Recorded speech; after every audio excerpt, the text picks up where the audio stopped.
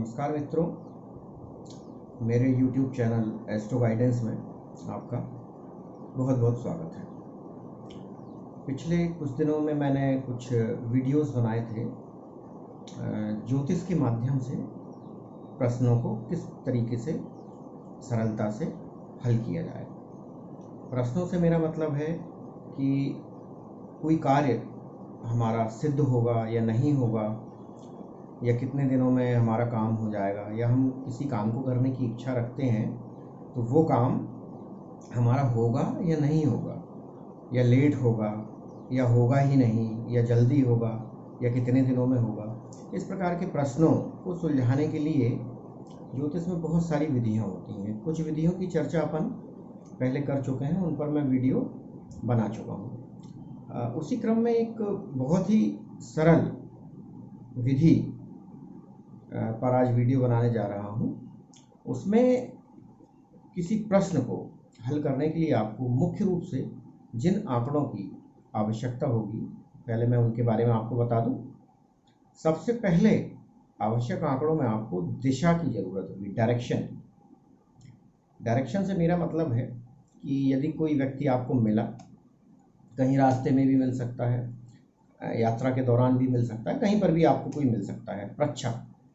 प्रच्छक मतलब प्रश्नकर्ता, जो आपसे कोई प्रश्न करेगा कि भाई मेरा ये काम होगा कि नहीं होगा। तो प्रच्छक आपको मान लीजिए कहीं पर भी मिला, तो सबसे पहले आपको ये देखना है कि जो प्रच्छक है, मतलब जो प्रश्न करता है, जो आपसे प्रश्न पूछ रहा है, उसका मुंह, उसका जो फेस है वो किस डायरेक्शन में है। सबसे पहले तो ये पता करना है। तो दिशाओं में वैसे तो हम 4 दिशाओं को ही कंसीडर करते हैं, लेकिन ज्योतिष में हम 8 दिशाओं को कंसीडर करेंगे। 8 जो मूल दिशाएं हैं, उसमें 4 दिशाएं तो पूर्व, पश्चिम, उत्तर और दक्षिण हैं, और फिर इनके बीच की दिशाएं होती हैं जिनको हम वायव्य, ईशान, आग्नेय और नैऋत्य कहते हैं। उत्तर और पूर्व दिशा के बीच की जो दिशा होती है उसको हम ईशान कोण कहते हैं। इसी प्रकार से पूर्व और दक्षिण के बीच की जो दिशा होती है उसको हम आग्नेय दिशा बोलते हैं, आग्नेय कोण बोलते हैं। और पश्चिम और दक्षिण के बीच जो दिशा होती है उसको हम नैऋत्य कोण कहते हैं। और उत्तर और पश्चिम के बीच की जो दिशा होती है उसको हम वायव्य कोण कहते हैं, वायव्य दिशा कहते हैं। तो इस प्रकार से हम पूर्व, पश्चिम, उत्तर, दक्षिण 4 दिशाएं ये, और वायव्य, ईशान, आग्नेय और नैऋत्य 4 दिशाएं ये, टोटल 8 दिशाएं कंसीडर करेंगे। और इन 8 दिशाओं के हम एक एक अंक निर्धारित कर लेंगे। वो मैं आपको टेबल में आगे बता दूंगा कि दिशाओं के अंक कौन कौन से हैं। तो जैसे कि पूर्व दिशा है, पूर्व दिशा का अंक है 1, पश्चिम दिशा का अंक है 2, उत्तर दिशा का अंक है 3, दक्षिण का अंक है 4, वायव्य दिशा का अंक है 5, ईशान का 4, आग्नेय का 5 और नैऋत्य दिशा का अंक है 6। इस प्रकार से 8 दिशाओं के हम अंक निर्धारित कर लेंगे। दूसरे नंबर पर आपको ज़रूरत पड़ेगी प्रहर की। प्रहर का मतलब होता है पार्ट ऑफ डे और पार्ट ऑफ नाइट। दिन का कौन सा भाग इस समय चल रहा है उसको हम प्रहर बोलते हैं। तो सूर्योदय से लेकर सूर्यास्त तक इसको हम बोलते हैं दिनमान। सूर्योदय से लेकर सूर्यास्त तक का जो समय होता है इसको हम कहते हैं दिनमान। उसी प्रकार से सूर्यास्त से लेकर पुनः सूर्योदय तक का जो समय होता है उसको हम कहते हैं रात्रिमान। तो दिनमान को हम 4 बराबर हिस्सों में बांटेंगे। तो उस प्रकार से 4 प्रहर आपको दिन के मिल जाएंगे। और उसी प्रकार से सूर्यास्त से लेकर सूर्योदय तक रात्रिमान को हम 4 भागों में बांटेंगे बराबर बराबर। तो वहाँ पर आपको रात्रि के प्रहर पता चल जाएंगे। फॉर एग्जाम्पल, जैसे मान लीजिए किसी दिन सूर्योदय 5 बजे हुआ सुबह, तो 5 बजे से 3-3 घंटे हमें लेने हैं लगभग। तो 5 बजे से 3 घंटे कितने हो गए? 8 बज गए। तो इसको हम बोलेंगे प्रथम प्रहर, ये पहला प्रहर हुआ, तो इसका अंक हो जाएगा 1।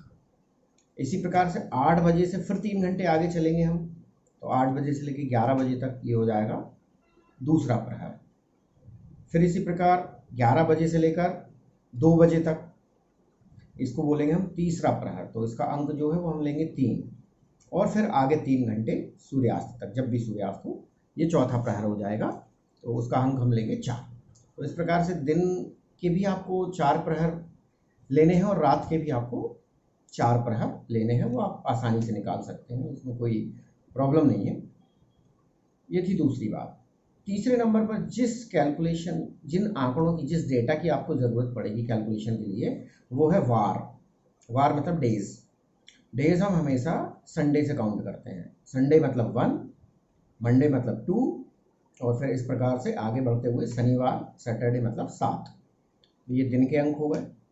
और एक चौथी चीज़ जो आपको ज़रूरत पड़ेगी वो है नक्षत्र। नक्षत्र 27 होते हैं, आपको मालूम है 27 नक्षत्र होते हैं। तो ये इनके क्रम भी फिक्स है, इनका जो सीक्वेंस है वो फिक्स है। जैसे अश्विनी नक्षत्र पहले नंबर पर आया, अश्विनी के बाद भरणी दूसरे नंबर पर, कृत्तिका तीसरे नंबर पर, ऐसे करके रेवती नक्षत्र आखिरी में 27वें नंबर पर आता है। तो इन 4 चीज़ों की आपको ज़रूरत पड़ेगी किसी प्रश्न को सुलझाने के लिए। ये 4 चीज़ें मैं दोबारा आपको बता दे रहा हूँ। दिशा, डायरेक्शन, दूसरे नंबर पर प्रहर, तीसरे नंबर पर आपको वार की ज़रूरत पड़ेगी कि कौन से वार को ये प्रश्न पूछा गया है आपसे, और चौथे नंबर पर आपको ज़रूरत पड़ेगी नक्षत्र की कि किस नक्षत्र में ये प्रश्न पूछा गया, मतलब जिस समय प्रश्न पूछा जा रहा है उस समय नक्षत्र कौन सा है, उसका अंक आपको लेना है। तो इन 4 चीज़ों की आपको ज़रूरत पड़ेगी, और इन 4 चीज़ों के माध्यम से आप किसी भी प्रश्न को आसानी से सुलझा सकते हैं। आपको करना ये है कि ये चारों डेटा जब आपके पास आ जाए, तो ये चारों डेटा को आपको ऐड करना है, जोड़ना है, उनका सम करना है, उनका योग करना है। योग करने के बाद जब आखिरी योग आपके पास आ जाए, उस योग में आपको 8 से डिवाइड करना है, 8 से विभाजित करना है। 8 से विभाजित करने के बाद आपको शेषफल क्या क्या मिल सकते हैं। हो सकता है शेषफल 0 हो, मतलब पूरा भाग चला जाए। हो सकता है शेषफल 1 हो, 2 हो, 3 हो, 4, 5, 6, 7, मतलब 0 से लेके आपको 7 तक शेषफल प्राप्त हो सकते हैं। तो उन शेषफल के आधार पर आपको उस प्रश्नकर्ता के प्रश्न का उत्तर देना है। अब मैं आपको ये टेबल बता रहा हूँ आगे, और एक उदाहरण से इस विधि को समझाने का प्रयास करूँगा। तो मित्रों, आप यहाँ पर ध्यान से देख सकते हैं कि आपको अलग अलग दिशाओं के अंक दिए गए हैं। जैसे पूर्व दिशा है, यहाँ पर देखें ये पूर्व दिशा है, पूर्व दिशा का अंक 1 है। पश्चिम दिशा है, पश्चिम दिशा का अंक 2 है। इसी प्रकार से सभी दिशाओं के यहाँ पर आपको अंक बताए गए हैं।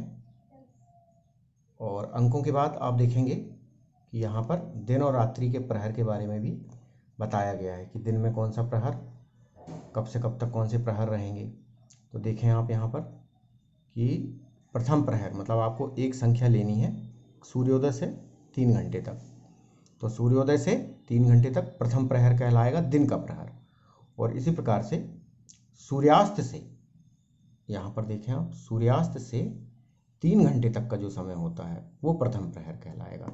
रात्रि में ये दिन के प्रहर हैं यहाँ पर दिए गए हैं, ये रात्रि के प्रहर यहाँ पर दिए गए हैं।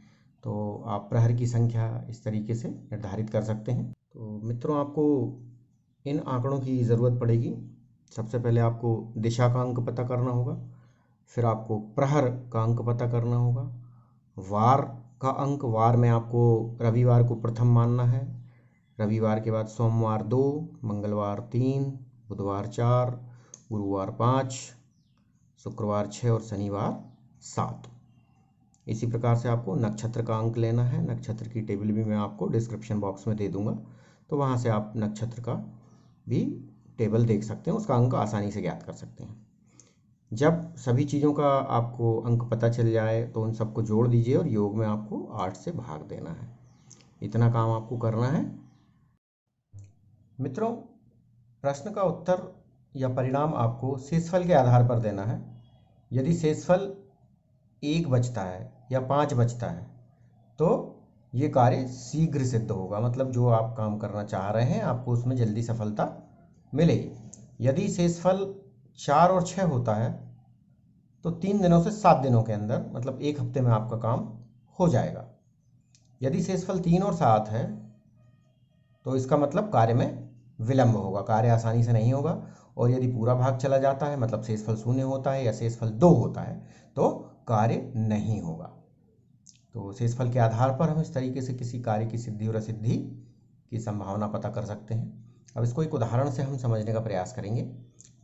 मान लीजिए प्रश्न के समय जो आंकड़े हमारे पास थे वो कुछ इस प्रकार से थे कि जो प्रच्छक था, जो प्रश्न पूछने वाला था, प्रश्नकर्ता, उसका मान लीजिए फेस उत्तर दिशा की तरफ था, तो उसका अंक हमने 3 लिख लिया। और मान लीजिए शाम को 4:30 बजे ये प्रश्न किया गया है, तो ये दिन का चौथा प्रहर कहलाएगा। तो यहाँ पर हमने 4 लिख दिया है।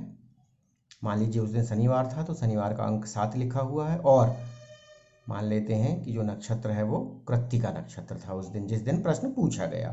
तो कृत्तिका नक्षत्र चूंकि तीसरे नंबर पर आता है सीक्वेंस में, तो इसका अंक हो गया 3। इस प्रकार से हमें दिशा, प्रहर, वार और नक्षत्र के अंक प्राप्त हो चुके हैं। हम इन सबको जोड़ेंगे तो हमें अंक टोटल पूर्णांक 17 प्राप्त होगा, योग हमें 17 प्राप्त होगा। अब इस योग 17 में जब हम 8 से भाग देंगे, 8 से विभाजित करेंगे, तो 2 बार ये भाग चला जाएगा और शेषफल बचेगा 1। तो एक शेषफल बचा, तो एक शेषफल का परिणाम जो है वो यहाँ पर कार्य की शीघ्र सिद्धि है। मतलब प्रच्छक ने आपसे जो प्रश्न पूछा है वो कार्य जल्द ही सिद्ध होगा। इस तरीके से हम उसके प्रश्न का उत्तर दे सकते हैं। तो दोस्तों, आपने देखा कि कितनी आसानी से एक छोटी सी सरल गणना से हम किसी भी प्रश्न को सही तरीके से हल कर सकते हैं।